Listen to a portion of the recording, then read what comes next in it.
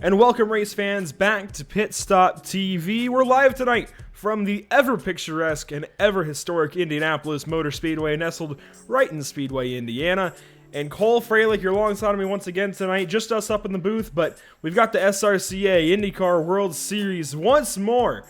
And this time we go to the 2.5-mile rectangle. Not even to call this place an oval, it is, for all intents and purposes, a rectangle here in Indiana. Qualifying already underway. Currently looks like Butch Davis is your pole sitter. And it looks like if we go through here, Steven Turner is actually currently P2, followed by David Shutt and Spencer Madden for your Fast Four. Yeah, and then Tommy Gossett, Kieran Bergelli, and Oldest Puticlus round out your top 7. But going back to this track, this is the most historic track in all of America. Built in 1909, this track has produced many of stars and just incredible moments over its 100-plus year history. That it has, and every year it seems like the real guys add more and more history to this place, be it NASCAR, sports car racing.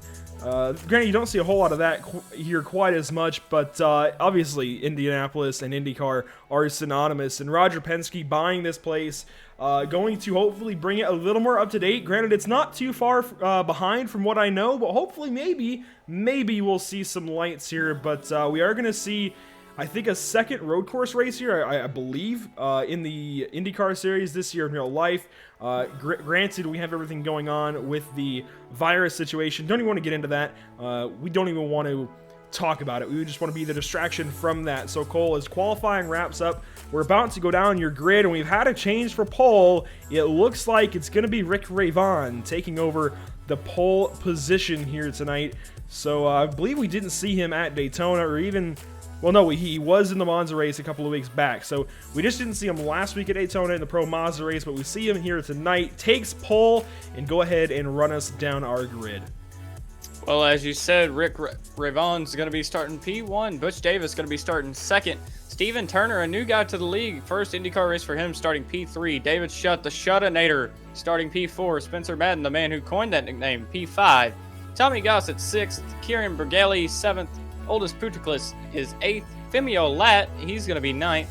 Elijah Drew Gracia in 10th place. And going back to row number 6, just outside your top 10 will be AJ Hobson and Nathan Lewis. Then it's Nathan Fuller. So 2 Nathans back-to-back right there, 12 and 13. Then it's Taylor Fry in 14th. Harley Lewis brings his car down to the 15th position. Then it's Daniel Falkingham with the number 20. Will Klein, 17th. Tom Mercier rolls off 18th position. Then it's Jared Darling making a rare start over here in the IndyCar series for the SRCA, and Sheldon Lockie 20th. Justin Ford, Rafael Sabara bringing up row number 11. Then finally it's Howie Detrey, the old man himself, rounding out your 23-car field here tonight in Indianapolis. And this should be a really good race. The IndyCar has always put on a good show. Indianapolis always puts on a good show. And the two coming together here tonight are going to be really, really cool. We've had some previous races here at Indianapolis on the channel, but none in the IndyCar. And this is certainly going to be a new experience, at least for myself, getting to watch these things go 230 miles an hour plus off into the corners. And it's going to be interesting because everybody was talking about how much the toe's been changed. There was a quick update on iRacing today, and they've said the toe is a lot greater. So we're going to see lots of drafting down the straightaways. And really, we could see drafting games early on in this 60-lap event. But it's going to be a fun one with Rick Ravon leading us to the green. And, you know, I'm sure we're going to see draft battles all day long here. Obviously, really long straightaways into very fast yet flat corners, and it just gives way to really good drafting battles, be it in a stock car, an IndyCar, a Pro Mazda. We've seen Skip Barber's race here on the channel. It always puts on a really good show at anything that likes to go fast and corner halfway decently, which is why even stock cars can put on a pretty good draft battle here. So as the field warms up, gets going around this 2.5-mile super speedway, again, you can see the corners. They have plenty of banking, but they are relatively flat. So for the speeds, I think this is definitely a pretty flat racetrack, considering you're going off at a turn 1, turn 3 at 230 plus in these IndyCars, even almost 200 miles an hour in a stock car, Cole. So it's definitely, I think, a pretty flat racetrack. Yeah, and the difference between a stock car and an Indy car, you almost don't have to lift in an Indy car. Well, if you're out front, you don't have to lift, but if you're behind somebody, you will have to lift. Stock cars, you got to let out way before the corner even begins. So a lot of these guys, some of them race stock cars a lot, so it'll be a weird change for them. But I'm looking to see a pretty good race today. I believe it'll be a pack race at some points, but it may get single filed out here pretty soon. Yeah, I'm really excited to see how some of those guys that don't usually show up to the SRCA IndyCar field here adjust to these race cars. They're definitely an entirely different battle, and I think that's going to be evidenced Saturday. Yeah, Saturday, when Dale Jr. takes to the iRacing IndyCar Challenge in the number 3 car at Michigan International Speedway. You can watch on iRacing for that. That should be a whole lot of fun. That'll be live streamed again on Saturday, but for now, we're coming down to the green flag here in just a moment. Again, Rick Ray Vaughn, your pole sitter, and this should be a pretty interesting start. Obviously, down to turn 1, always hectic here at Indianapolis, but when the whole field is together, it gets even worse. Green flag falls on the field. Rick Ray Vaughn, your leader. It looks like Rick's going to get out to a wow, we already have a yellow. Yellow is out. Howie DeTrey, Rafael Sabara, they have stopped on the front straightaway. Oh, it's Taylor Frey who's wrecked. Taylor Frey destroyed his car here on the front straightaway, but don't know what happened there, so we'll get the replay soon. But already calamity on the start. And that's never what you want to see. It seems like something obviously happened here on the start, be it cars just trying to get up to speed, getting into each other, wheel spin, who knows, but a caution flag already on the field. We'll see what happens to the number 12 machine here of Taylor Frey. And this is watching the whole field try to get up to speed. We're going to watch for the moment, and yeah, looks like somebody ran him over. Yeah, somebody ran him over there from behind. That'd be the 20 car of Daniel Falkingham. Falkingham got a really good start there. Taylor didn't because he was behind the car of Nathan Lewis. And when he turned him, it just turned him over. So on board here with Daniel Falkingham, seeing what happens coming up to the start. And we'll get into the repercussions of this early caution coming before the start-finish line in a moment. But watch the number 20 comes up through the gears, and yeah, there was a stack up top, and Daniel trying to go low and just caught the left rear of Taylor Frey, and that's what's going to send that 12 car up and over into the outside wall and such. But just an unfortunate thing there. I mean, nothing that Daniel really could have done, unfortunately. I mean, he realistically did run Taylor over, but not his fault, I don't think. A stack up ahead and ends up damaging the right front of his wing. Hopefully he can continue on without too much issue. But up at the front of the field, it's actually, it looks like we've had another issue. I believe Rafael Sabara is trapped behind the pace car, so interesting scoring error there, I believe. Yeah, and Taylor Frey both stuck. Yeah, I was going to say, Rafael Sabara and Taylor Frey are both ahead of the leader, Rick Ray Vaughn. You can see those 2 cars there. That's why I was so confused. I saw a damaged car ahead of the 5, and I thought maybe for a second the 5 was involved in something there. Now the scoring sorts itself back out. It's going to be Rick Ray Vaughn, P1. So those guys must be waiting on a wave around, I would imagine. But for a moment there, it was listing Rafael Sabara as your leader, Taylor Frey in P2. So that was definitely interesting to see that. Yep, so to reset it here, Rick Ray Vaughn's going to be your leader. Butch Davis and still in second, Steven Turner third, David Shutt fourth, and Spencer Madden fifth. So relatively the exact same as we started, because we didn't even get to turn 1 before we had a caution, I don't believe. Yeah, I don't think those guys were even past 4th gear. I'd be surprised if they were even in 5th. So that definitely was an early yellow there for the field, and that's going to bring up some repercussions possibly with scoring. You mentioned there, Cole, scoring having an issue with that early of a caution flag. Usually it tends to trap half of the field a lap down and the rest of the field where they should be, because it doesn't register whatever cars that haven't crossed the start-finish line, doesn't register them as being on the same lap as the cars who have crossed the start-finish line. The sim thinks they're a lap down even though they aren't, and it's just a really unfortunate thing sometimes when you get those early cautions. And hopefully we don't have the issue here. It looks like only 2 cars getting trapped back there, so we shouldn't have anything like that. A few takers down the pit lane, though, so I don't think these guys would be pitting if that was the case. Yeah, I don't think it would be. Speaking of those cars that pitted, I saw Will Klein, Tom Mercier, Howie DeTrey, and Justin Ford, I believe, were the 4 cars that pitted under this caution. So we'll re-rack them, though. We should get either 2 or 1 to green here this time. Yeah, several cars did go down the pit lane. It looks like it's going to be everybody from Tommy Gossett on back, possibly. So the top 14, I believe, staying out. Everybody else coming down the pit lane. So you've got Tommy Gossett, Daniel Falkenham, Tom Mercier, Will Klein, Justin Ford, Howie DeTrey, Sheldon Lockie, Rafael Sabara actually still going to be out there with that damaged race car, but he should get the wave around here. Regardless, though, a lot of takers in the back, and that's certainly an interesting move. I'm not sure what the idea there is to pit, but we'll see these guys reback them. All right, so well, since this gives us a little more time for pre-race, I do believe the draft game will play a huge factor into this race. I'm not sure how people are going to utilize it, whether we're going to be too wide through the corners, but I definitely think that Rick Raven's going to do anything he can to hold on to this lead in the early going.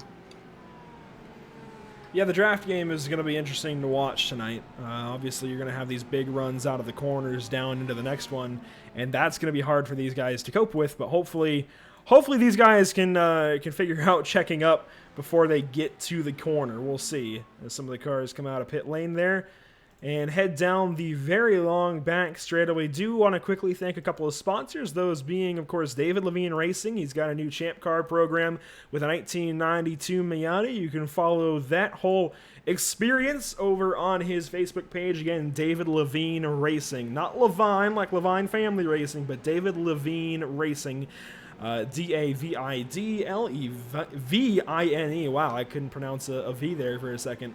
Follow him on Facebook. Again, a pretty cool project he's working on there with a 1992 1.6 liter Miata. Also, we want to give a thanks to Whiplash Media, our newer parent company, supporting us over there. And you can get all of our broadcasting assets, be it cameras or what have you. You can get help with streaming assets. You can get paint schemes from us over there. Anything, pretty much, having to do with media or graphics and sim racing, you can get from us over there. And you can even get some real-life assets. Again, paint schemes, that applies to the real world. We can't, unfortunately, wrap your race car, but we can at least design it. And we can get pictures of your race car or whatever. So what have you, go ahead and check out Whiplash Media on Facebook, and they can do a whole lot for you over there. So as we re-rack them here, looks like the pace car lights are finally off, lap 5. So 5 laps under yellow, akin to Watkins Glen earlier this season, Cole. Yeah, this time, not for Scott List Rambler. He's actually not here tonight, even though he's 4th place in points. So missing Scott tonight. Hopefully he's back next week. Speaking of points, though, Rick Ravon, he's just doing what he's doing in the points right now. He's leading the thing. He's got about an 82-point gap over Elijah Gracia, so it'll be interesting through this race to see how that plays out. We saw a wild race in Monza where it looked like if you were in the lead, everybody just had a problem. So hopefully that's not the scenario tonight, and it's just a pretty relatively chill race compared to usual. Man, that sounds like our Lime Rock race with the Lucky Dog Sim Racing League a couple of nights ago, Cole. If you were in the lead, you had a problem come up. And certainly those guys having to dodge lap cars all night long. I say all night long, it was only a 30-minute sprint race for the GT4s and TCRs over there. But they put on a pretty good product. Just unfortunately, a lot of lap cars got in the way of a lot of lead cars. And Lime Rock, of course, not a whole lot of room to escape. And those cars you either have complete control or you're spinning out or going off the racetrack or something. So definitely a fine line in those race cars around a track that has a fine line to begin with. Just led to a lot of issues. But tonight, I think we should, once we get rolling here for 55 more laps, I think we'll have a pretty good race on hand. Yep, Rick Raven's going to lead him down. There he goes, takes off. He's got a huge gap over Butch Davis. He doesn't want to get too far out there, or else that pack's just going to suck right back up to him. But everything's staying single file as we're off and away again. Everybody's just trying to make moves early on, but trying to keep it clean for the most part to survive the 60-lap event. So Rick Ravon, your leader out of turn number 2. Butch Davis, P2. He's got Turner behind, and he's going to go down to the bottom side, Steven Turner, and he's going to try and take that P2 spot away. Unfortunately, the draft going to reign king on the top side. Butch Davis going to follow in tow. David Shutt, though, around the top side for P3 for a moment. He falls back now as Steven Turner holds on to that inside line. Now Spencer Madden looking to the inside of the number 42 of David Shutt. He can't get that position made just yet. Now a fight for the lead. Rick Ravon under fire from Butch Davis. They cross the start-finish line side by side now, side by side, as they go off into turn 1. 2 rows deep with a couple of single-file cars behind. That's going to be your top 9, it looks like, breaking away from the front of the field. And we talk about David Shutt. He will put the car where he wants it. He proved that to us in the Nork exhibition that we broadcasted a few weeks ago. So David Shutt, one to go where no man else goes. Pretty much sums it up. David Shutt goes down to the bottom side, and he's going to take this lead away from Butch Davis. Now Rick Ray Vaughan back to P3. Femi Olat making a rare appearance. He's into P4. Stephen Turner back to 5th. Aldous Puticlis making his rounds into P number 6 in the 666 as Shutt's going to lose the lead down a drag race down the front straightaway. Butch Davis takes the lap there. Rick Ray Vaughan still hanging on to 3rd, but on the top side of Femi Olat. He's going to try and get a run off the bottom side. Doesn't quite do it there in 1, so Rick Ray Vaughan has a little more room to his inside. Can't quite clear that number 3 car, though. Side by side again at a turn number 2 go David Shutt and Butch Davis. Now blocked down to the apron, or the grass rather, from David Shutt to hold on to that lead. David Shutt protecting the inside, it looks like, and that's going to be something we see all night. The advantage of the toe for these cars behind David Shutt is so massive that you have to block just to hold the position, and we got some really long straightaways coming down to the short chutes and the corners here at Indianapolis, so it'll be interesting. We got 3 wide for the lead. Femi Olat, I believe he was second that lap. David Shutt led it. He made a move up the middle to try to take the lead there. He's on the outside trying to get it off of turn 2. So as those guys were 3 wide across the line, we were on board with Rick Raven seeing exactly what he saw pretty much out the front of his arrow screen. Now down into turn 3, these guys 3 wide again for a moment. Butch Davis going to get the position though over David Shutt. Femi Olat sits back for P3 for now. Let's Shutt get back down to the bottom side, the preferred line. Now here comes Stephen Turner. He's throwing his name back into the bag. He's ahead of Rick Ray Vaughan now as he falls back down to P5. So your pole sitter in the wrong direction as the whole field brings the fight to him. Aldous Puticlis, he's battling with the number 17 of Hobson for P6. Further back, you got Nathan Lewis, Kieran Brugeli, and Spencer Madden rounding out your top 10. So possibly the 6th car trying to back out of this fight for right now. David Shutt, your leader over Femi Olat and Butch Davis, though. 3 wide again, caution in the back. Yellow is out for, not sure here. Looks like it might be Harley Lewis. We'll get a replay up on your screen here in just a moment. But my hunch is going to be the 22 position of the number 46 car. It looks like that indeed. It looks like he got into the wall after being forced up there by Tom Mercier. So we'll see what we can't find here on the number 46 if we have the replay. There we go.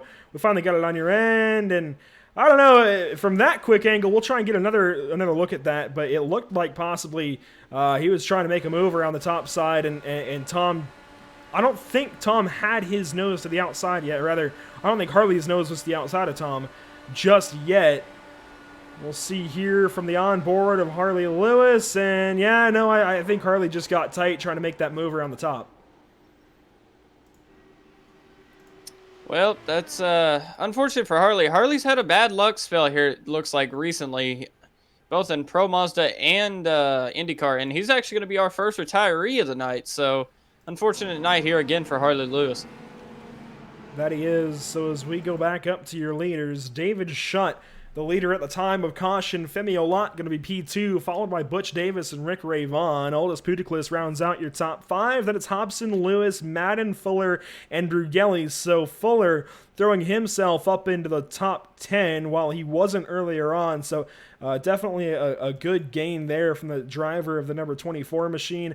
Up from P13 it looks like, so certainly a pretty big gain there. And it looks like the entire field's going to come to pit lane here, and Spencer Madden looks to be staying out. Same with, that is, cannot tell who that is. I believe that was Nathan Fuller who stayed out. Yes, him, Jared Darling, and Spencer Madden all stayed out. So most of the field snaking down the pit lane, trying to find their box come in for service. Likely 4 tires and fuel, you would imagine, as Femi Olat's going to stop in his box. So actually overshoots it, so the number 3 car are going to fall back here in the pit cycle. Rafael Sabara also wanted to stay out. Rick Ray Vaughan, though, he's in for service. Butch Davis as well. David Shutt, Tommy Gossett, the rest of these guys all coming in for 4 and fuel, it looks like. They're all going to exit the pit lane, and looking at stop times, everybody pretty consistent. Looks like no 2 tire stops, everybody coming in for 4 and fuel as you would. And luckily for Femio Lott, he only lost one position there on the pit stop. So really, I believe that was the only change that we had on pit lane, as Spencer Madden's going to be your leader now, with Nathan Fuller behind. I'm not sure if Spencer's just trying to get a bonus point here, because you saw me and him both stay out at Atlanta, and that cost us dearly there late in the going. So Spencer Madden trying to lead some laps here tonight. Yeah, you might be able to get away with it a little bit easier here at Indianapolis, but especially further back in traffic. So if you're the rest of the top 4 here, you're going to have problems. As the leader, Spencer Madden might be okay for like a 5 to 10 lap run, but I think after that, those tires obviously going to certainly hurt him. And with the draft, unless he can get a pretty big breakaway, I just don't think he's got much of a chance out there. Might not be so bad. I don't think he'll be wrecking tight or loose or anything like that, but it's not going to be good, I don't think, for the 6 car. We'll have to see exactly how it goes. I will say, one thing that's going to hold him back here, Cole, is obviously in the iRacing Indianapolis 500 and such, and any open setup leagues, obviously with these Indy cars, you've got weight jackers to adjust, you've got anti-roll bars to adjust, all on the fly, all active adjustments that you can make, and these guys don't have that, unfortunately. They're all fixed setups. The only thing you get is brake bias, if even that in IndyCar. I don't know if you actually do. So that's all you have to work with. You don't have the weight jacker, you don't have the anti-roll bars to try and help you out. Yeah, and if we were at a road course, that brake bias would definitely help, but unfortunately, you're barely, I don't even think you touch the brakes unless it's under caution here, so unfortunately for that, that's about the only adjustment you get. I kind of wish iRacing would let us mess with the weight jacker a little bit, but it'll be interesting to see how Spencer Madden holds these guys off here on the restart. But I want to talk about this. This is actually the first of 3 races that are going to be ovals in this side of this Thursday night broadcast. Pro Mazda, they're still on the road courses as usual, but we're going to have 3 IndyCar oval races here in the next 6 weeks. So it'll be interesting to see these guys doing battle on the oval instead of the road course for a change.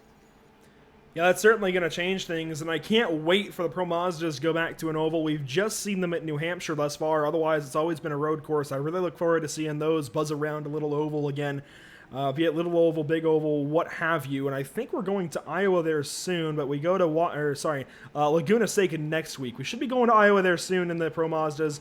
Not quite yet. We are going to take one quick commercial break here, though, wrap up this caution and get the action back to you here in just a moment. From Indianapolis, this is the SRCA IndyCar World Series on Pit Stop TV.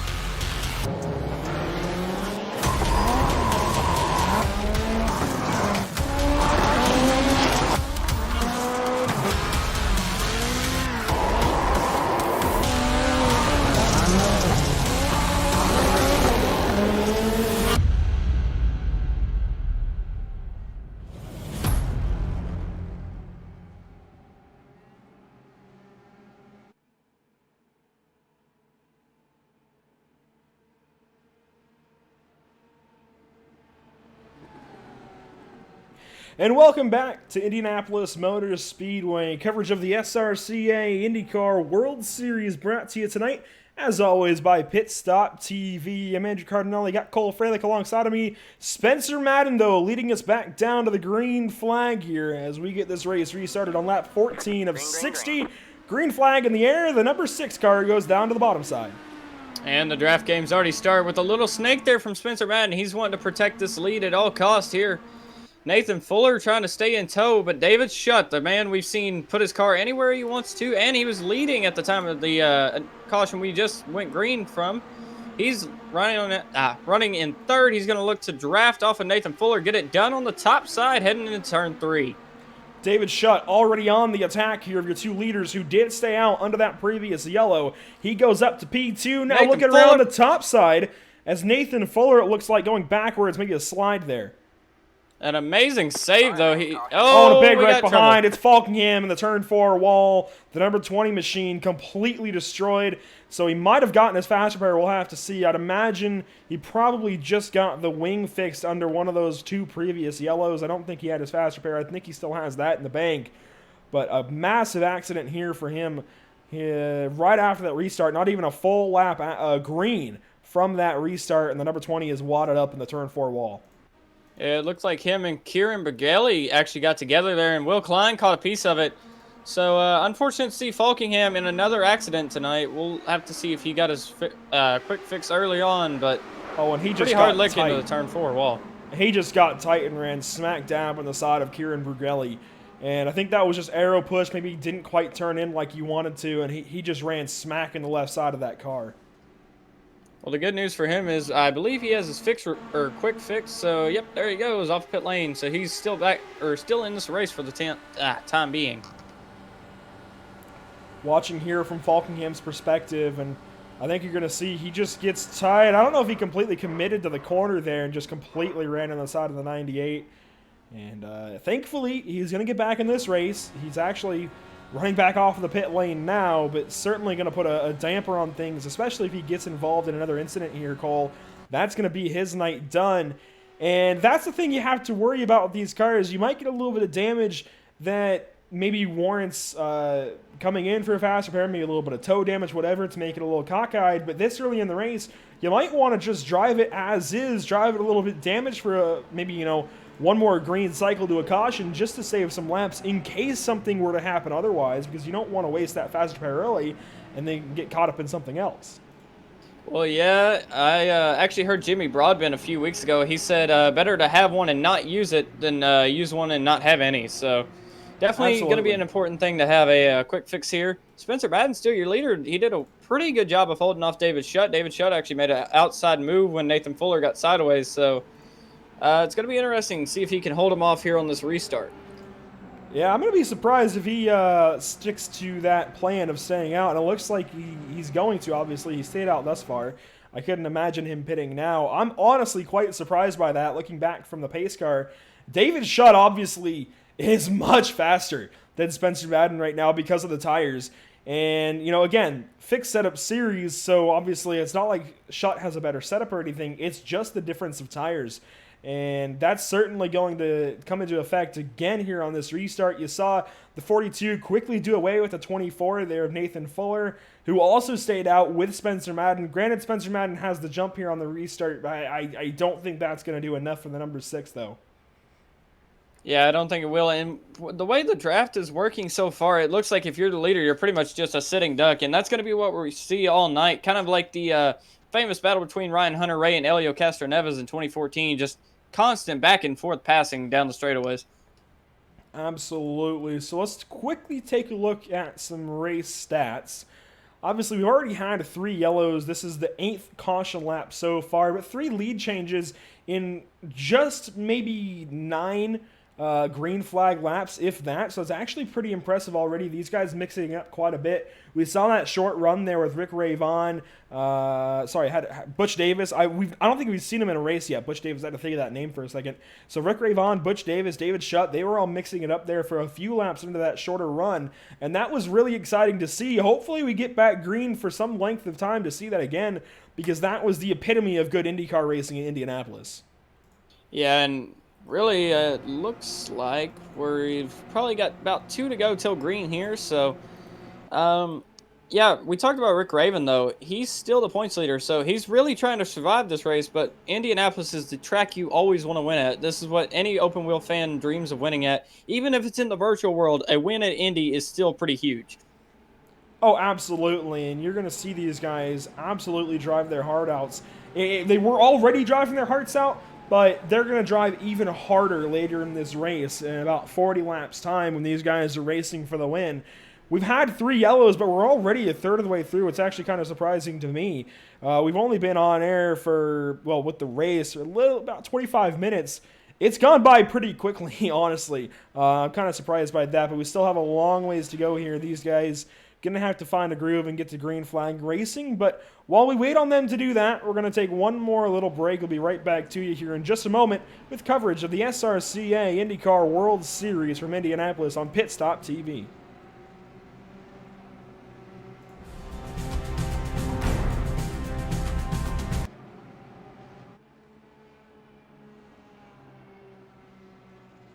Between you and me, the idea is to avoid the other cars. Congratulations! You just set the sport back 30 years with that move. That move will put you in the Hall of Shame. You keep doing stuff like that and we're going to lose our sponsor. Looks like that's it for us today. Now I know why you got canned by your old team. It's over. We can't fix that damage.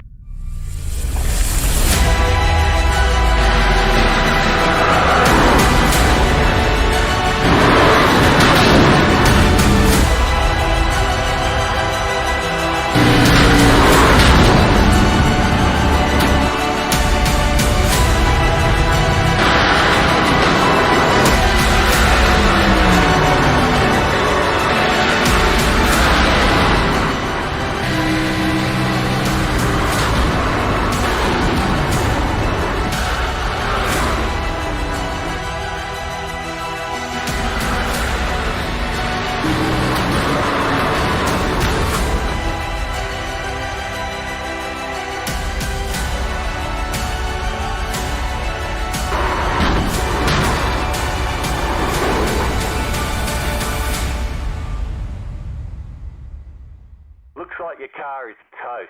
You'll need a tow back to pit lane. Press and hold your reset button and we'll come and get you.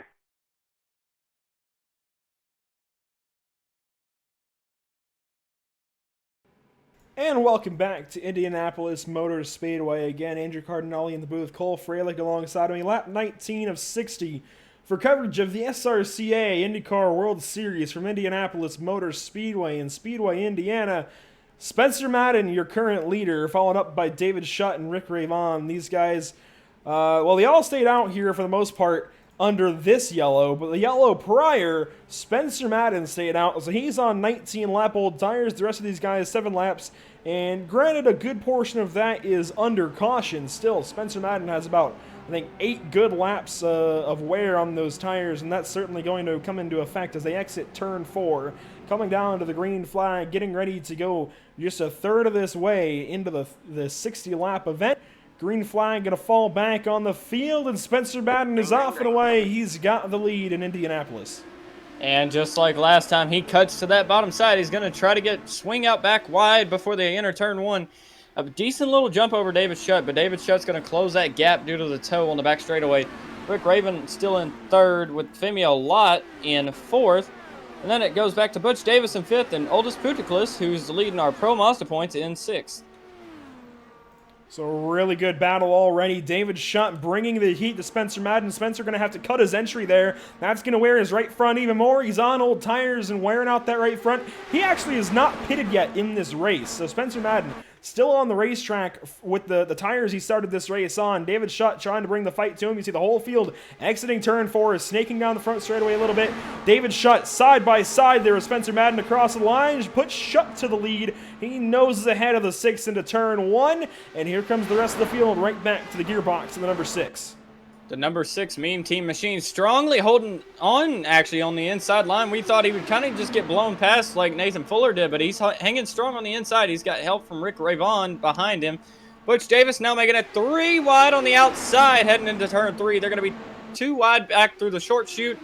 and it looks like they get back to double file.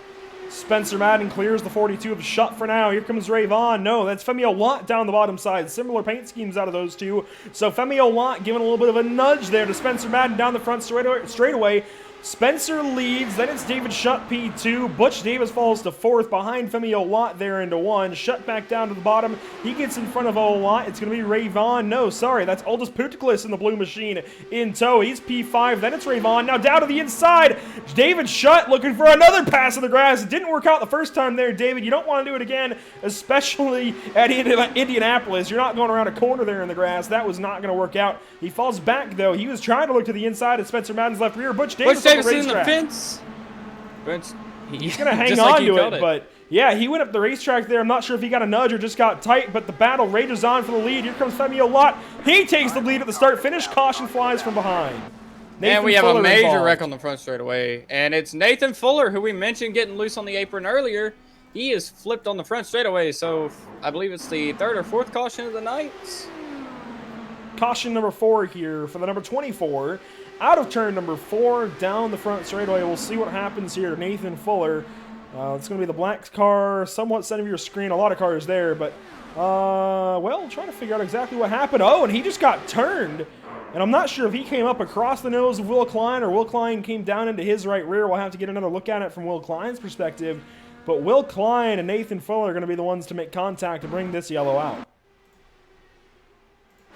Well, through the eyes of race admin Nate Stewart, it was Will Klein who hooked him, but we'll take a look at the replay here. It looks like Will tried to go low with Butch Davis after he got in the fence and just hooked Nathan Fuller into the wall. So really nothing he could have done there. He was trying to avoid a car. Yeah, but I think that's still on Will Klein. You can't pull up like that behind a car that's slow and then dip back down when your nose is on the outside of somebody else. But you know, stuff happens like that. Closing rates are pretty high, especially when a car goes up the racetrack like Butch Davis did. And certainly necessarily can't blame Will Klein acting like nobody makes a mistake, but that, I think, definitely considered a mistake there. He went up behind a car that wasn't going anywhere and they tried to cut back down. I can't blame him for doing that, but unfortunately going to take that driver of the number 24 out to lunch and throw him upside down the front straightaway. Going to try and dial up a driver here. Look through the field a little bit. What do you say we try and get old Tommy Gossett? I say we try it. Let's move him down here. Give him a moment. Tommy Gossett, do you have a copy? Unfortunately, yes. How are you? Well, we're doing pretty good up here in the booth. You can't really lose from up here, but right now you're losing pretty badly. P11, what's going on? I'm not losing. I'm taking my time. I'll lose if I get up there and get wrecked. So I'm just chilling. Hey, fair enough. But how's that car felt so far? I haven't went green long enough to tell you. For the 3 laps we do get to go, it feels pretty good. Yeah, we've been talking about it up in the booth. A lot of caution, then green, quickly restart, and then caution again. Green, quickly restart, caution again. It's certainly, well, it's gotten us halfway through the race so far, but you can't do this for the entire 60 laps, can you? No, we can't. Hopefully we'll run out of cars here pretty soon. Well, if we do have a few more wrecks here, do you think you can get through it? Or I mean, we just saw Will Klein, as actually David Shutt, I think, has spun around in the pit lane in front of you. I think that was a heck of a view. But we saw Will Klein hook Nathan Fuller. Is the closing rate kind of high to where you can't avoid these guys, or what do you see from your end? That dude, there was something up with that dude. He was swerving all over the place. He'd already doored Will once, and he about came down into me. So I think he came up into Will. I don't think Will came down into him, but unfortunately, Will's night is pretty much done. He had to tow, I do believe. I could be wrong, but I think he had to tow. Well, there you have it. I think that's a driver's opinion for sure. Tommy, real quick, who do you have to shout out before we let you go? First off, I got to thank Whiplash Media, Pit Stop TV for y'all for broadcasting, Brandon Crossing Design, and Butt Kicker. Other than that, not much. I appreciate y'all for broadcasting this for us. Heck yeah, I appreciate your time getting to talk to you real quick under caution. Cole, do you have anything for the driver of the 99 real quick? Yeah, it sounds like you have not quite moved into the aero screen yet, Tommy. It looks a little roomy in there. Yeah, this thing's terrible. You can't see nothing. Well, there you have it. Another driver's opinion there from Tommy Gossett. We'll let him get back up to the driver's room there and communicate with all of those guys. But always fun to talk to a driver, and Tommy actually kind of gave us an interesting interview there. Yeah, definitely, I think a different opinion there of what happened with Will Klein. I think sides with you a little more exactly about what happened with Klein and Fuller, but always nice to get a second opinion. Yeah, it definitely is. So we're going to reset it here for you. Leading the race now is Femio Lott. He stayed out there along with Kieran Brughelli. He's now P2 in the Z-Lines Designs furniture car there. Spencer Madden's going to take over P3 after David Schutt just lost the back end on pit lane there. That's what happened to him. Rick Ravon's going to be 4th, and Oldest Putiklis will be 5th, I believe. So you see across the right side of your screen here exactly where everybody is through the top 20, and you see already on the bottom side of that, Will Klein, Howie DeTrey, they are laps down, and that's already, I think, starting to show the separation of cars who are still in this race and cars that aren't. Out of 23 who started, it looks like we've got 20 left, but Will Klein in the pit lane probably not going to return, or if he does, going to be very, very wounded. Howie DeTrey, I think, is finally exiting, so we'll finally see him rejoin the field, but 1 lap down. Yeah, Howie likes to stay at the back usually, and he just kind of chills out here, but he usually puts together some good finishes just virtue of surviving these races. For sure. So as these guys pace around, we're going to be coming to the 1 to green signal here this time by Cole. And quickly, from the driver's seat, how do you think this place differs from Atlanta, where you raced and you went toe-to-toe with these guys like Spencer Madden, Will Klein, Rick Ravon, Oldest Putiklis, the list goes on. How does it differ from Atlanta to a place like Indianapolis, where the speeds, I think, are pretty equal, but the way you race the track are completely different? Well, these two tracks are totally different entities. With Atlanta, you got a hot, slick, and fast track, but which, I mean, there is a similarity between these two tracks, and they're both very dependent on the draft game. You really got to manage the draft game. Me and Caden Henry Oaks at Atlanta, we managed that draft game to almost perfection for 30 laps, but unfortunately, the tires went away because of how abrasive that track surface is. With it, Indy, it's not as abrasive, so you won't see the tire fall off as bad. So really, you could stay out and actually keep track position here, but if you stay out at Atlanta, it just kills you track position-wise. For sure, and speaking of staying out, Femio Lott, Kieran Brughelli, they stay out on this set of tires. 15 laps officially on those tires. Granted, those aren't all green flag.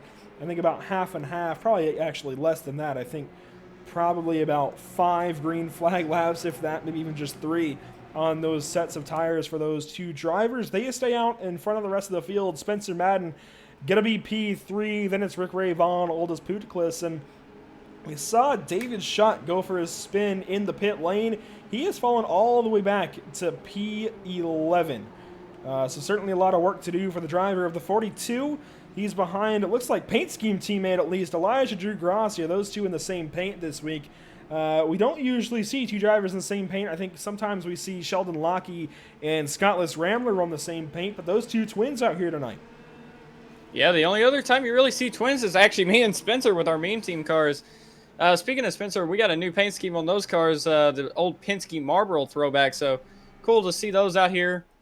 But, yeah, I was actually confused at first because I'm not used to David Schutt being in the 42 because you and me both being somewhere involved with Nork. We're kind of used to Elijah being in the 42 here lately, so Elijah in the 14, David Schutt in the 42. That'll be hard to tell those 2 cars apart at some points tonight, but we're getting ready to go back green here in about right now, actually, as Femio Lott brings them down. Kieran Brughelli is going to be behind. It's going to be interesting to see what Spencer Madden can do with those brand new Firestone Firehawks.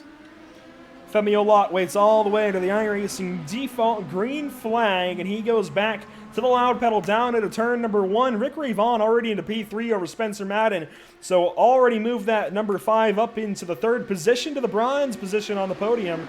And these guys racing toe-to-toe as Femio Lott goes up the racetrack there in turn 2. An issue for the 3 car, and he's moving backwards. And that was an incredible save. It looked like the wheel got ripped out of his hands after catching the grass, but he saves it, and we got about a 7 to 8 car pack forming up here in the top part of the field, and we got a yellow. Wreck, big crash, and Nathan Fuller at the center of another one as he goes up and over, and that's going to be his night done. Other cars involved going to include Daniel Falkingham again. It looks like Taylor Fry possibly. Howie DeTrey, I think, was just further back, but those three at least in a massive accident here in Turn 3. Of course, we'll get the replay on your screen for, I think, the 5th time tonight as we watch what happens here to the number 24 in Turn 3. And he just got turned. Oh, my. Taylor Frey with a massive air time into the fence. That's a hard lick, and then Jared Darling actually caught a piece of him, and I believe Daniel Falkingham was actually a separate incident trying to avoid this. Yeah, I believe so. We're going to go on board with the... well, if we can, we're going to go on board with the number 24. We're going to have to go back to it a little bit here. Yeah, so on board here with Nathan Fuller, and he's going to end up getting turned from behind. That would be Taylor Fry, who goes sky high into the catch fence. And then you see he just spins around, goes up for a spin in the air, actually pirouetting a little bit. We're going to go on board now with Taylor Fry and see what happens from him, from his perspective, all the way back to the green flag, and we're just going to watch this whole thing unfold. Yeah, massive air time out of Taylor Frey there. He was, well, about 10 feet up in the air. Well, probably higher than that. Probably about 15 feet up in the air. A massive wreck here. Daniel Falkingham actually got punted by Howie DeTrey there, so that's how he got caught up in this. And Jared Darling ran through Nathan Fuller. So you see, Fry actually, I think, was innocent, entirely innocent. Nathan Fuller turns himself off of the nose cone there, Taylor Fry, and that's going to end the nights for these guys, it looks like, possibly anyways. Taylor Fry, yeah, he's stuck in the pit lane. Nathan Fuller, of course, that would have been his second car there of the night. But Kieran Brugelli going to take over the lead position over Aldous Puticlis and Rick Ravon. Then it's Butch Davis and Spencer Madden rounding out your top 5-year call, and quickly things change. Yeah, Elijah Gracia, he's now up to the 6th position. Jared Darling in 7th. Sheldon Lockie in 8th. Justin Ford looks like he's going to be 9th because I believe we had some pit stops there.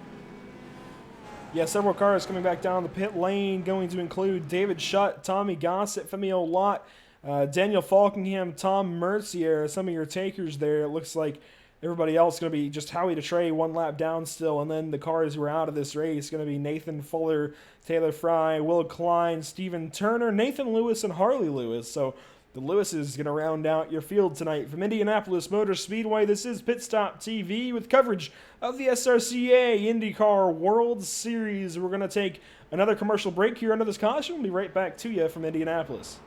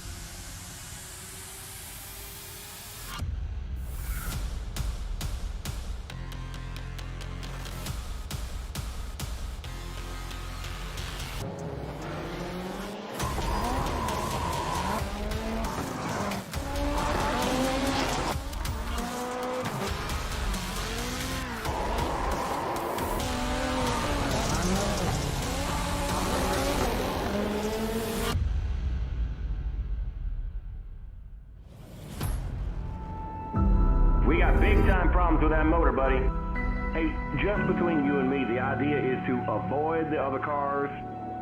Congratulations! You just set the sport back 30 years with that move. That move will put you in the Hall of Shame. You keep doing stuff like that and we're going to lose our sponsor. Looks like that's it for us today. Now I know why you got canned by your old team. It's over. We can't fix that damage.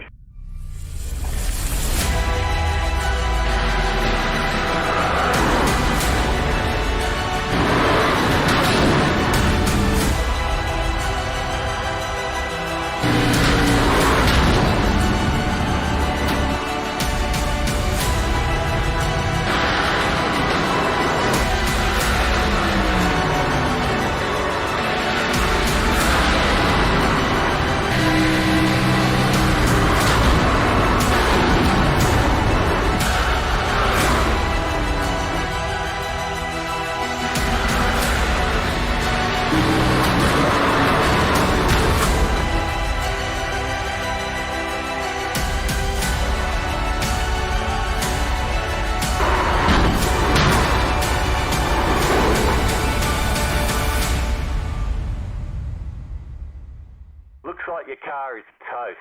You'll need a tow back to pit lane. Press and hold your reset button and we'll come and get you.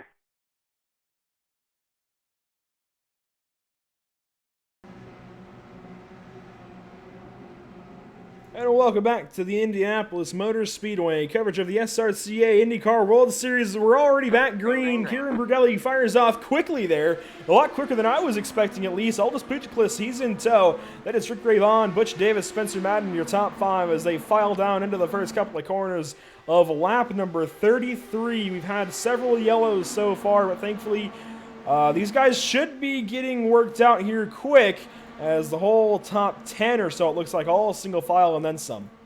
And speaking of single file, Aldis Puchiklis 3 wide into turn 3. Rick Raven on the outside, Aldis Puchiklis in the middle. Looks like Puchiklis is gonna not get it. Kieran Bergelli almost makes contact. They're side by side heading off turn 4.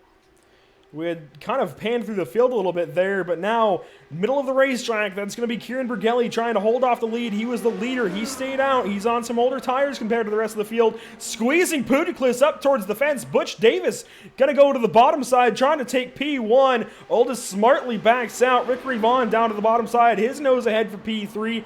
Spencer Madden in tow. That's your top 5. David Shutt drafting up to these guys, going a little bit squirrely up at the front.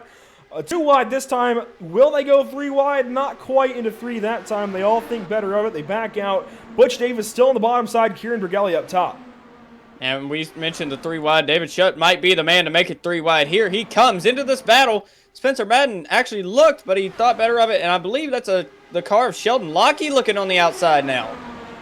Here comes Rick Ravon. He noses into the middle, then backs out there, gets back down behind Butch Davis. So now Rick Ravon actually, I think, might have given him a small punt. So Sean Williams and Jared Darling-esque living on here in turn number 1 at Indianapolis Motor Speedway as Rick Ravon goes through to your lead. Here comes Kieran Bergelli back down to the bottom side. Is he going to go to the middle? Yes, he is. He makes it 3 wide. Butch Davis turns in, has to check his steering, and back out of that. Gets turned! He just Spencer turned Madden, across David Spencer Shutt, Madden. Sheldon Lockie. Sheldon Lockie's in the air, up and over.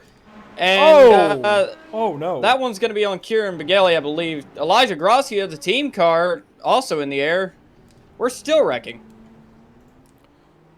Massive, massive impacts for a lot of your field. Spencer Madden had really nothing to do with that battle. He was sitting behind it, was on the bottom side, and got turned down into. And that was these guys racing too hard, way too hard. It's still the middle portion of this race when they can't even get a lap in. And unfortunately, again, it's going to continue on. We'll get a replay on your screen. But these guys just driving, I think, I try not to make too many claims about the way people are driving when I'm broadcasting, but I think way too far over their heads. Well, I believe that was it wasn't the smartest move there from Kieran Bergelli from a driver's standpoint, because he just shot down from the middle onto the inside with the 6 car of Spencer Madden coming. I don't know why he would do that, but that took out a lot of cars in this field. I believe Tom Mercier actually missed the wreck barely. He went under David Shutt and Sheldon Lockie, so Tom lucky to get through this one. We're going all the way back, watching this whole situation lead up to itself, and yeah, Bergelli just dropped down the racetrack, and nothing for Spencer Madden to do. I mean, the guy was on the bottom side, just minding his own business, was going to pass those guys for P2 or so, and then just completely gets cleaned out, a car across his nose cone. And there was just nothing Spencer could have done. Yeah, that's unfortunate for the number 6 meme team machine, but luckily he'll have his quick fix. Unfortunately, he'll have to use it with just over 20 laps to go. But it was a huge wreck. There are a lot of cars taken out in this that were up in the lead battle all night. And another thing that's going to bother me here about this wreck, we were on Kieran Bergelli there for a moment, then I switched to him as soon as it happened, or switched away from him as soon as it happened. But watch the 98 here get completely clobbered by somebody who was maybe 12 seconds back of this incident. I think that was either David Shutt or Elijah Gracia. We'll see what happened. I mean, regardless of what the cause was there, for a car to be coming in from so far back and still be involved in that, I don't understand how that one happens either. I believe Elijah Gracia, he was in the middle there, and he got turned by the 17 of A.J. Hobson. A.J. Hobson just came down on him and sent him all the way to the inside. That's and Elijah, right. Unfortunately, slid into Kieran. Yeah, that's absolutely correct. We'll watch the onboard here of Elijah Gracia. And, you know, again, I'm trying to keep my opinions in check a little bit, but this is why we've been under caution so much.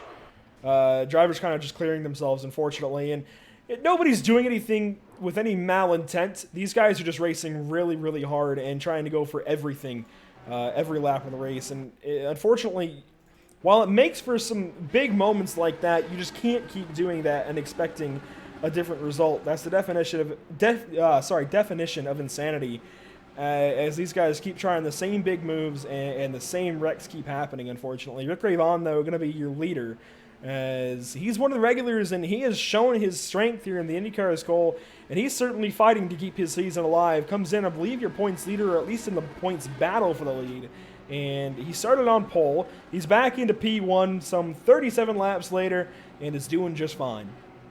Yeah, Rick looking to keep his nose out of the trouble. He's done a great job of it so far. Unfortunately, others haven't. But Rick Raven trying to hold on to that 80-point lead he's got over Elijah Grossi right now, which luckily for him will definitely extend itself because of Elijah getting caught up in that big wreck. For sure. And we mentioned Rick Ravon. We're going to go ahead and try and dial him up here under this caution and talk to him real quick. So I believe we have him. Cole, go ahead and see what you got for him. Rick Raven, you got a copy? I got a copy, my friend. Well, it's been a nothing short of a crash fest so far. How are you trying to survive it? By trying to survive. I mean, just that simple. Just, giving guys plenty of room, making moves, risk versus reward type of moves. You have to know who you're racing against and what you can get away with. Things like that. Butch left the door open. And I took it. We're fortunate to be in the lead right now, and hopefully we can hang on to it and hang on to that points lead. Well, you got about an 80 points lead, and luckily for you, I believe Elijah was just caught up in the latest incident, so that should extend itself. Do you have a plan going forward trying to win this race? Well, I see how well that low line is working, so I'm basically going to stay low and hope for the best. It's very, very difficult to pass up top, so that's the game plan going in, but if we get another yellow, we might be in good shape. All right. Well, who do you have to thank for your car tonight? Roger Penske. It's a beautifully prepared car, the Gould Charge. Roger Penske prepared it with his very own hands, and I have Roger to thank for this car tonight. All right. Well, hopefully we're talking to you later, Rick. I hope so. Thank you very much. So Rick Ravon, your current leader tonight from Indianapolis. Coming up to lap 39, we should be getting the one-to-go signal from the flagman here, Cole. And, it's still been a pretty good race. We talk about the shortcomings of this event so far, but it's still had some pretty good racing, I think, overall. It's just, unfortunately, it amounts to those issues where you have these guys, having a turn 3 crash, I think, more often than not. I think it's that end of the racetrack. And, unfortunately, as part of these guys having that big draft to catch up to each other and, trying to do something with it. Well, we mentioned earlier a lot of these guys inexperienced in the Indy cars, so I believe that's really just a side product of this is everybody's not used to how big of a run you get in these cars, because you got to think me and you both drive the stock cars well often, and there's not even a run like it compared to an IndyCar. So. No, but you've certainly gotten a lot closer, actually. If you drive the NASCAR Cup cars, they've certainly got a lot closer to these. They, at least when they first came out with the new aero package for the NASCAR Cup cars, they felt like Indy cars with fenders. Now it's a little bit different, but I still think it's certainly still similar to that. Those things, a lot of downforce, but I get what you're saying. You don't really have too many runs, especially organically through the draft like this, against the same kind of cars like you do in an Indy car. There's not much that can compare to it. So these Indy cars certainly get a massive run down these straightaways, and they get up almost to 240 miles an hour into turns 1 and 3 here at Indianapolis. And when you're moving that quick, you just don't have a whole lot of reaction time, and that's certainly proving itself here tonight. Yeah, and I think part of that is really these guys think they can make the moves in time, but some cases we talked about Rick. We talked with Rick Raven, and he mentioned it: the risk versus reward. A lot of these guys taking risk and not really foreseeing the reward in those moves. But we're getting ready to go here. Rick Raven's going to lead them to the green. Butch Davis is going to be second, and Oldest Puticlus is going to be third. Femio Lat fourth. Jared Darling fifth. So Jared's slowly making his way up through the field. Rick Ravon's going to take off here soon, holding the field up a little bit. There he goes. He's not going to drop to the inside like Spencer Madden, but he's going to take the lead here. Not too big of a jump, though. So Rick Ravon back into the lounge pedal, going up through the gears, and he's got the lead for now, but we're going to see again that draft come into play out of turn number 2, almost 4 wide. They had him staggered to where if they were side by side, they could have been 4 wide there out of turn 1, down the short chute to 2. Oldest Puticlus stuck up top. There goes Butch Davis up to help him a little bit, and I think try to help himself. Femio Lot looking down to the inside. That's the kind of move we've been talking about as Femi goes to the bottom. He makes it work, but Rick Ravon almost cleaned out his teammate there. Butch Davis, Oldest Puticlus goes around the top side. Jared Darling now into P number 5. Tommy Gossett in this battle as well. Well, Rick said he was going to try to defend the bottom, but it didn't look like it worked too well because Femio Lot went for a David Shutt-esque move. David Shutt's not even in this top group, and we got moves like he would make. But Femio Lot back to P2 with Oldest Puticlus now 4th behind him. Butch Davis around the outside to get second. Everybody single file now. Tommy Gossett has made his presence known in this group here. Yeah, suddenly Tommy Gossett trying to be an IndyCar driver. He's up to 4th now as they go off into turn 3. That's going to be Ravon down to the bottom side of Davis. So holding on to that lead is the number 5. Gossett trying to go around the top side of Femio Lot. Can't do it just yet. Looks like he'll hold on to 4th for now, though. Over Oldest Puticlus, with the draft going to be Oldest's friend down the front straightaway. Should at least get his nose clear of the number 99. Meanwhile, side by side, actually give the advantage to Butch Davis into 1.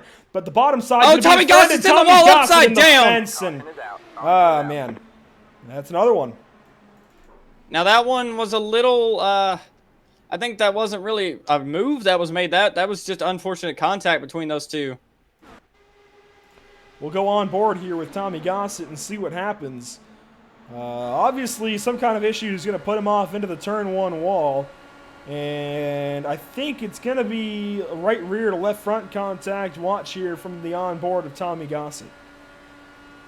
Oldest shot up from the inside. Looks like it could have been an arrow wash from the car of Femio Lot. And that just, a little bit of net code in there, but Tommy Gossett just drove straight up into the wall and then went in the air for it. Tom Mercier drove under another car. Yeah, nothing that Tommy Gossett could do that time, and he certainly was not at fault for that one. Just got hit there and up into the fence, and nothing he could do. Well, on the bright side for him, I believe the aero screen's been knocked down a few inches, so maybe he'll be able to see better. Now, you want that thing up out of your way, my guy. You certainly want that thing to be out of your vision. And, oh, Tommy's spinning down into the grass, trying to get it back to the pit lane. Finally takes the tow. And we are down to, it looks like, 12 cars in the lead lap. Howie DeTrey is still trapped 1 lap down, that poor guy. Someone give him a wave around.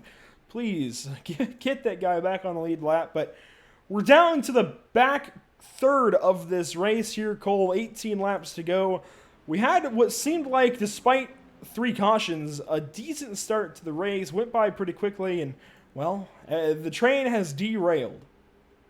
Well, speaking of trains derailing, I was just informed by our race admin that there is a time limit on this race of 1 hour and 5 minutes, so there's a possible chance we could end this race due to the time limit instead of getting all 60 laps in.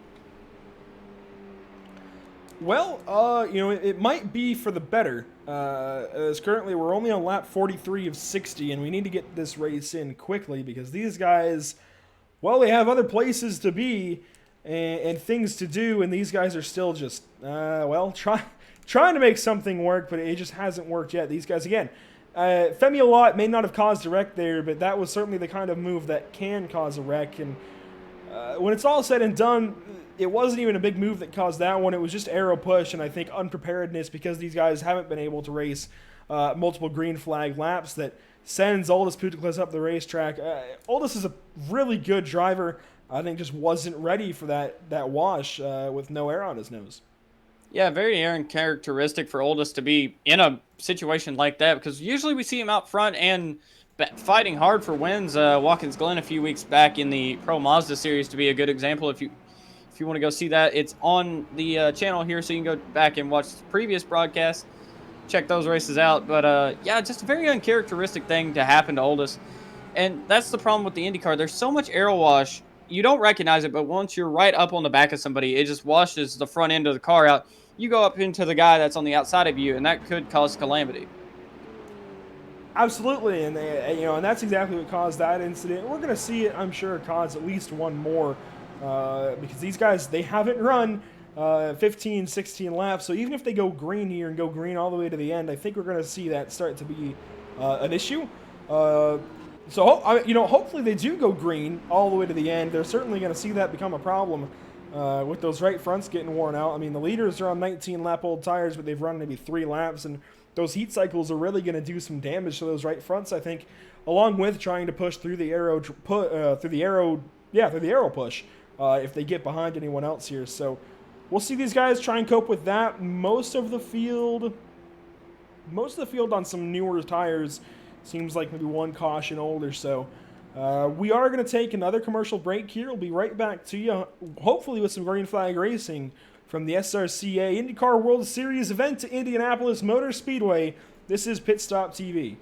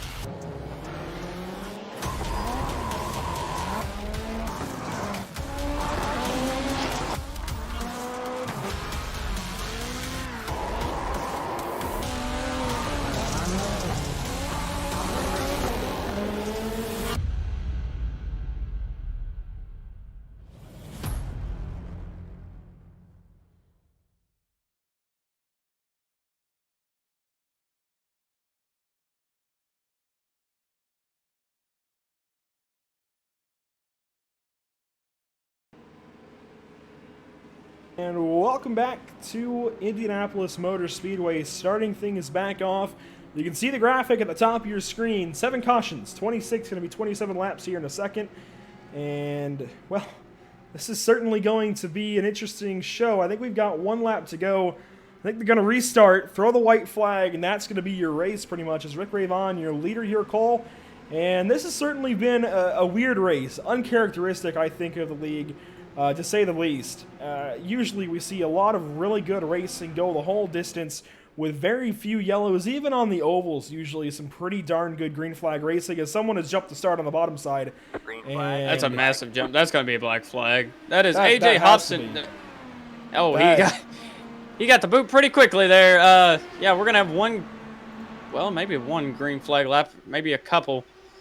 But, yeah, very uncharacteristic race tonight. It's just been an absolute crash fest. And usually these guys put on a really good show for us, but tonight's just been very uncharacteristic. Well, we are white flag, so this is the battle for your win. Rick Ravon on the bottom side, Butch Davis top. Actually, no, middle now, as Tom Mercier goes around the top side with help from Jared Darling. So those are your top 4. David Schutt's in the battle now. He's trying to go to the inside of Butch Davis. They make contact. They wreck in the back. But Rick Ravon gonna do a drag race to the finish here.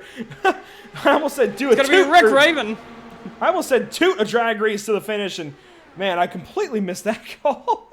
I'm sorry, that was a good way to finish it, I guess. Rick Ravon gonna be your race winner. Over one Tom Mercier for P2. Spencer Madden gonna come home, I think 3rd or 4th, and Jared Darling. 4th. Jared Darling, yeah, he's going to come across P3, so he finishes on your podium, but there was a massive wreck in the back. Yeah, David Schutt turned Butch Davis right head on into the wall, and everything just spiraled out of control from there. Spencer Madden got through the madness to get 4th place, but that was an interesting finish. Rick Raven, well, they're still full speed, interestingly enough. I think they're still racing it back like it's going to get them somewhere, but we're going to watch this incident here coming to the checkers in turn 4. David Schutt, actually that time he was in the right. At the end of the race, you got to go for that position. And he was clearly there and got turned down into by Butch Davis. That time, a Schutt move, but he was completely in the right and just got turned down into. And unfortunately, that's just what we've seen most of the evening as Rick Ravon, again, is going to win the race. But these guys are still racing it out. Not sure if they got the memo. Spencer might not have gotten the memo, but Spencer's coming to pit lane, so maybe they finally did.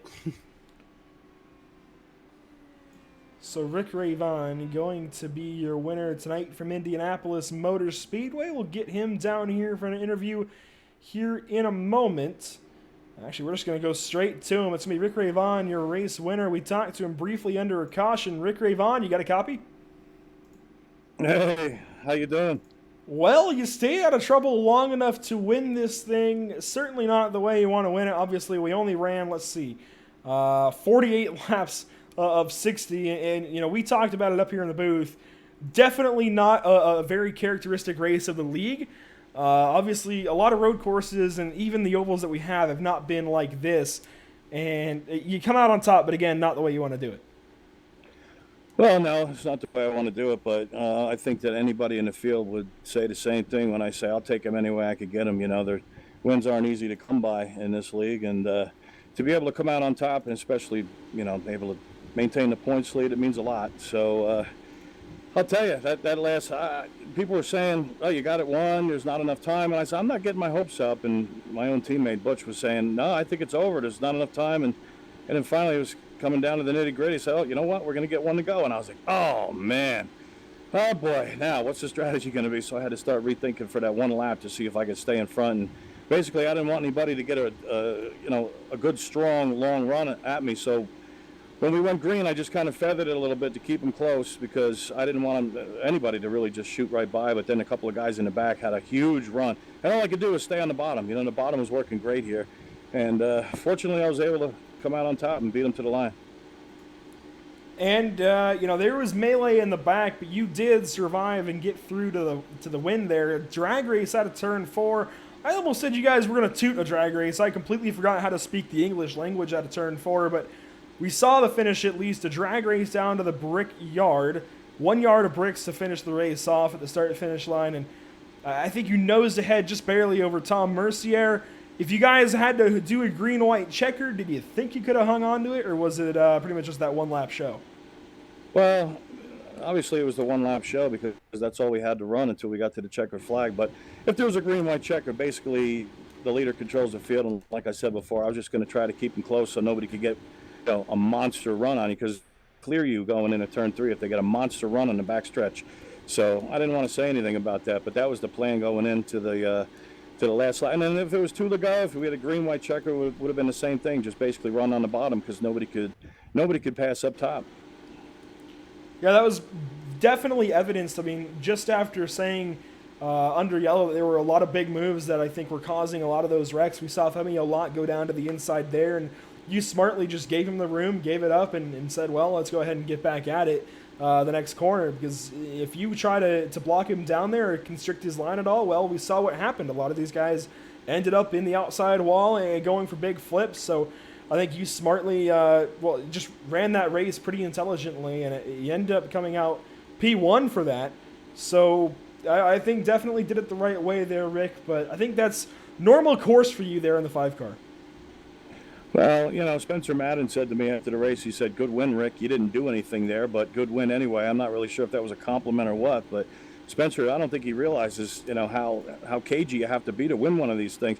It's not like the aero push is any factor here at all. I mean, everybody's stuck together like glue, so you just got to play. It's like a chess match, and that's the way we played it today. So we're just very fortunate to come out on top, but you had to play your cards right. You had to stay out of trouble. You had to get to the end, and you had to make your moves towards the end of the race. And also, I had my eyes on the time.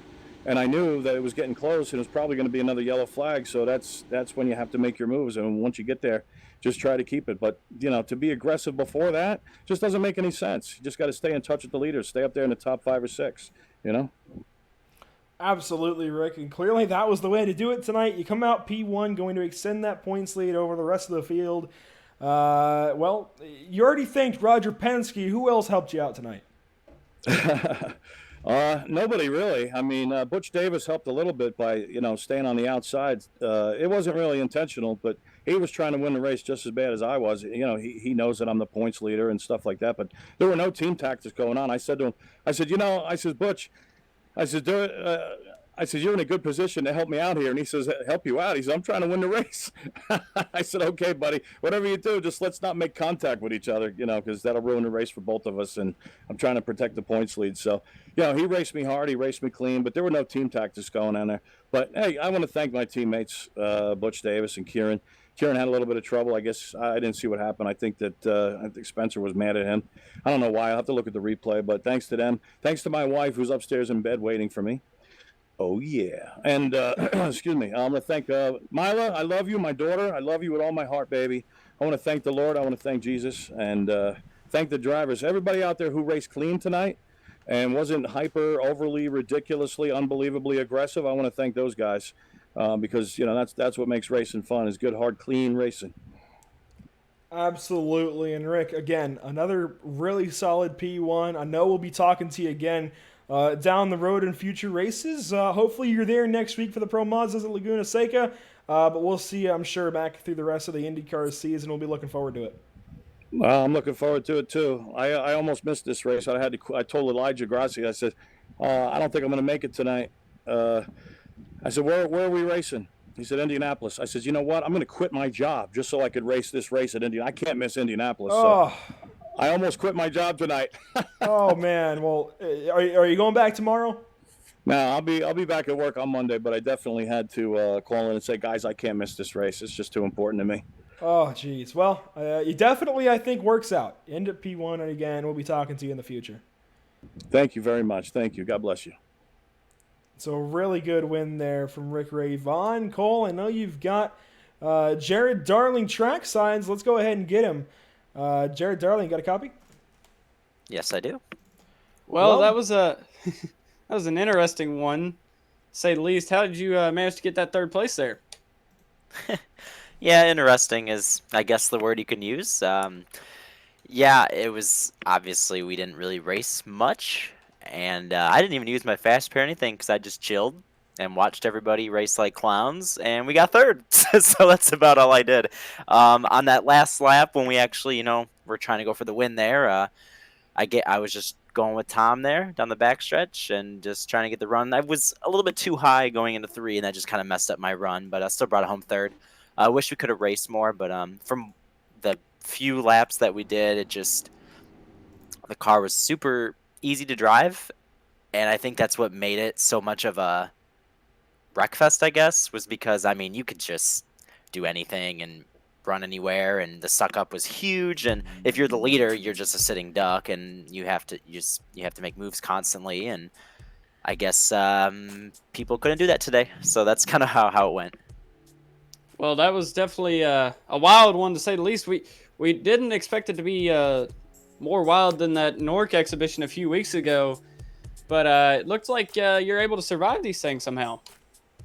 Yeah, like I said, it's a 60-lap race. Well, it was supposed to be, and then again, that race again. It's at the beginning of these races. I know it seems like with the Indy cars, you get a lot of wrecks, and there's no need. You just gotta be patient. That's all it is. People just need to learn some patience around here, and the races will get better. There's no need to go all out the first half of the race. Really, just kind of figure your car out, run a little bit, and the races should get better. And that's just what I do, and I end up getting good finishes because of that strategy. So that's just kind of how it is. Well, before we let you go, Jared, anybody you'd like to thank tonight? Yeah, thank you guys for broadcasting this so anybody can watch, and anybody that watched, thanks for tuning in. And it's always fun to go back and watch these things too, and just kind of see, what I did and all that stuff. And shout out to Elijah for running this league. I didn't even plan on racing tonight, and I just happened to get on my computer, and I was like, hey, there's a race going on, so I just kind of got on here. And I wish we could have raced a little more, but it is what it is, and we'll see you next time. And so that was Jared Darling. We're going to go ahead and move on down the line. It's going to be Spencer Madden next up. Spencer, you got a copy? And he doesn't. I'm going to take that as, a no. So we're going to go ahead and look down the list. Look for somebody we can drag in here. I see, you know what, let's get Howie. We never really get to talk to Howie. To Trey. Howie, do you have a copy?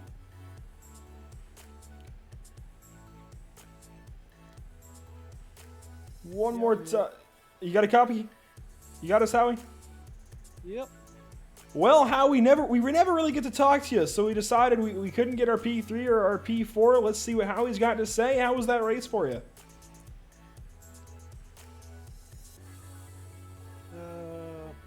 You watch it, you tell me. It was certainly, I think, a harder one to sit through than usual. Obviously, this league usually goes green a lot, and tonight just wasn't the case. Our results, on my end at least, aren't coming through clearly rather. I think Cole can tell me where you finished, but we saw you get trapped a lap down there for a little while. What happened to you? Well, they gave me a black flag for passing under yellow, and another black flag. I don't know, not Cole, but It's not me, Howie. Nate gave it to me, so every time I did it, we got a yellow flag, so really didn't hurt. Yeah, well, again, obviously not the race you wanted to have, but we always see you sticking around, even if it's the back, but a lot of the times actually making your way up to a pretty darn good finish just by virtue of attrition. And again, I don't have the result in front of me to say where you finished, but I think overall these races, they give you a lot of good chances at the end, and I think tonight was certainly one of those races where they just give you a good chance to hang out and still get a pretty good finish. Looking forward to the Pro Mazdas next week at Laguna Seca. You got the same kind of game plan? What, sticking in the back? That's all I ever think about. Well, we'll be looking out for you, Howie. Hopefully we get more chances to talk to you. It's always fun to go back and talk to who we usually can't, because we usually just stick to the top three. And hey, we're gonna have to find you a racetrack that we can train you at and get you up to P3, up for the win. I'm going to say for the win. We're going to have to find a racetrack that you like, whatever you think is your best racetrack. We'll get working with you. We're going to get you a win at some point in this league because we want to see you go up there and battle with these guys because we know you can. All right, everybody can. So we'll have to figure that out. Maybe Cole and I can help you out, or Elijah, somebody. But who do you have to thank tonight, Howie? Oh, Elijah for putting up with our crap, and for you for televising it, and basically that's about it. Well, we definitely appreciate it, and like I said, hopefully we're talking to you more often. I definitely have faith that you're going to find your way up there some of these races, especially if this kind of thing continues on to Chicago next week. I don't think it matters how many times you get trapped a lap down. I think you're going to have a shot to get up there for a pretty good finish. But it was good talking to you, Howie. Well, thanks a lot, Andrew. And that was Howie DeTrey, and I think he's pretty open to the jokes about, sometimes he gets stuck back there and just can't really do a whole lot with it. Maybe not the jokes necessarily, but unfortunately he just ends up being one of those guys that everybody just loves. He's in the back. He doesn't do anything wrong. He just kind of chills there and minds his own business for the race, Cole. Yeah, Howie's usually everybody's favorite. He's usually very quiet. I think that's the loudest I've ever heard him, but there's a bit of an ongoing joke between both of us that that I'm Nate and Nate's me, so that was started Saturday night when we had the Super Speedway series for this group. Yeah, I had to turn his volume all the way up there just to get him somewhat audible there for the interview, but we're quickly going to shut this down. Before we do that, I do have to say happy birthday to my beautiful mom, Tracy, in California. I moved out to North Carolina, so I couldn't be with her today to celebrate, but I know she's doing the best she can, especially with everything going on in the world. So yeah, I just want to say happy birthday to her. I'm not going to embarrass her and tell her how many years. I'm kidding. She's not old. But ongoing jokes, right? Like you say there. But it was really an interesting race. Cole, I'm going to turn it over to you here for the results. Again, we don't have the results on my end for the production of the broadcast, so I can't show them to you. But we're going to rely on Cole and your great illustrative abilities to describe that to us. Well, right quick, speaking of birthdays, I want to shout out my dad because it's his birthday as well, so happy birthday to him. But Rick Ravon's going to take the first place tonight. Tom Mercier second. Jared Darling third. Spencer Madden's going to bring it home fourth. Justin Ford with the top 5. Great run for Justin tonight. He's usually like Howie in the back, just kind of chilling there. Daniel Falkingham brings the car home in 6th finally. Oldest Puticlus brought home a 7th place finish after the early incident there with Tommy Gossett.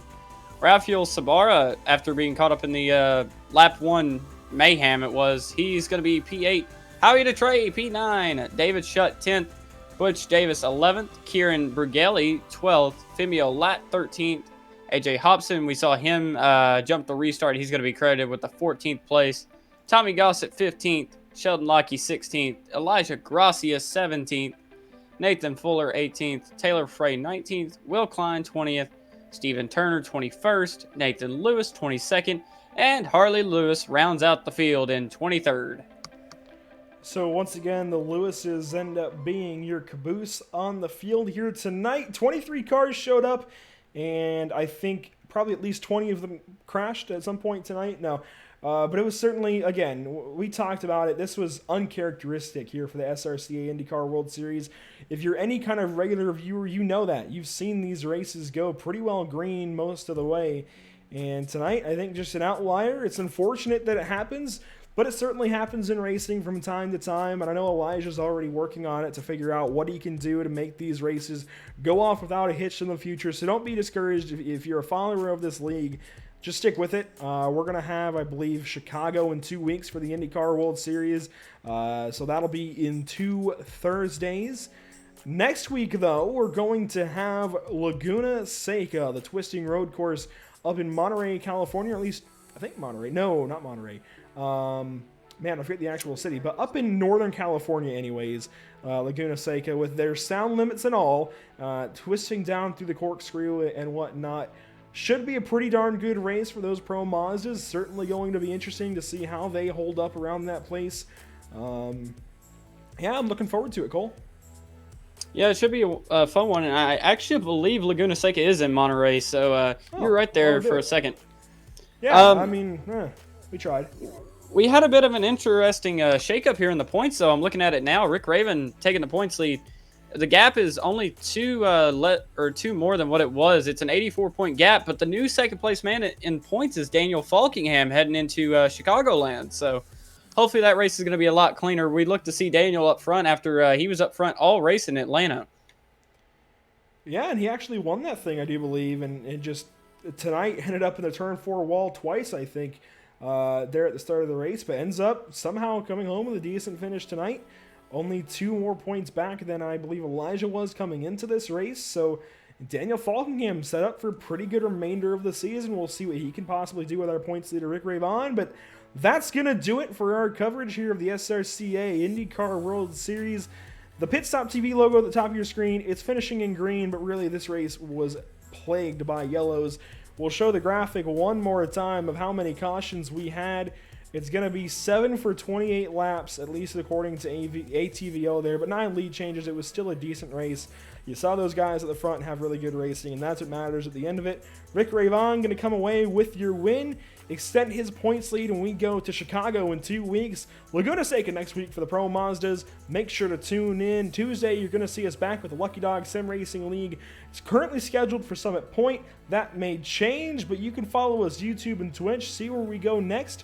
And this has been Andrew Cardinale and Cole Fralick for Pit Stop TV. We'll see you next time.